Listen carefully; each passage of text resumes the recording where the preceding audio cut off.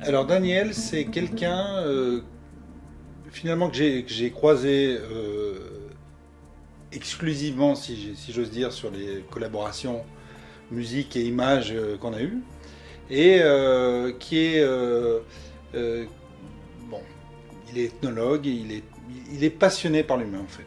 Je ne suis pas arrivé à le cerner complètement. C'est quelqu'un de complètement protéiforme, qui avait, si j'ose dire, plusieurs vies. Il avait une curiosité à peu près insatiable et qui, euh, qui refusait, qui a refusé, je pense, d'entrer dans les cadres. Il préférait rester à l'extérieur et à la marge. Il y a une originalité dans la façon dont il a traité le sujet, qui moi m'amène à penser. En plus, il avait une formation et dans des domaines très différents. Il s'est intéressé à énormément de choses. Donc je pense que c'est ce qui, pour moi, ça transparaît dans le film. Cette vision et cette ouverture d'esprit qu'il pouvait avoir. Je trouve intéressant le fait qu'il est tenu à apparaître incognito, mais apparaître physiquement. On a l'impression qu'il s'impliquait, qu'il voyait les choses de l'intérieur. Je pense que c'est ça qu'il voulait traduire, c'est qu'il voulait comme il le dit, se fondre, se mêler dans un milieu qu'il ne connaissait pas. Pour introduire la Maison de l'Orient, il prenait le bazar égyptien de la rue de Marseille. Voilà. Il y a des choses qui, à ce niveau-là, ont fait tiquer quand il l'a passé ici. C'est toute la séquence à la place du pont, là, tous les bazars orientaux qu'il a filmés. Ça n'a pas été très bien reçu dans la maison. Je trouvais ça rigolo, mais parce qu'en plus, c'est à côté, donc c'est très bien. Là encore, il y a un symbole fort, c'est que ça se situe rue de Marseille, et que Marseille, ça mène à la Méditerranée, et que la Méditerranée, c'est quand même le point focal à la fois de Daniel et de nous, puisque tout se passe autour de la Méditerranée.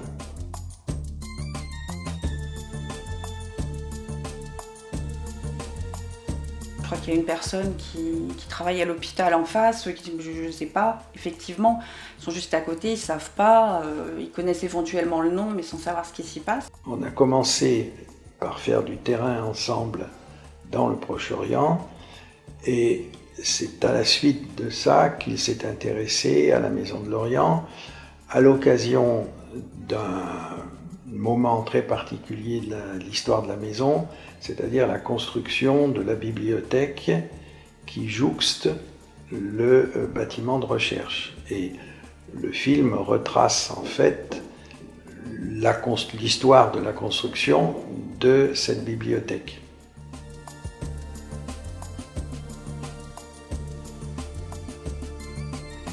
Le moment où on tourne dans la salle du foncien que je suis en train d'installer, où je parle avec Olivier Orange, là je me rappelle qu'effectivement l'équipe était là, que c'était un peu... Ça s'est passé très simplement, très facilement. Donc ça, c'était le côté très agréable. C'était voilà, j'avais pas vraiment le sentiment qu'il y avait quelqu'un qui était là pour assister à cet entretien avec Olivier Orange.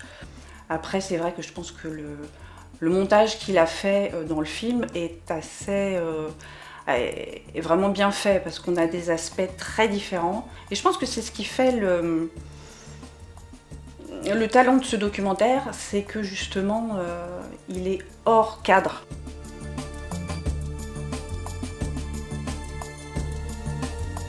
Il y a une scène qui est intéressante, c'est la scène de ce que j'appelle la fausse fouille, où on voit deux jeunes archéologues en train de faire semblant de fouiller. C'était dans la fosse préparatoire à la construction du bâtiment. C'est intéressant de savoir que la fouille, qui était normalement représentée une fouille lambda n'importe où, c'était dans les fondations du bâtiment. Voilà.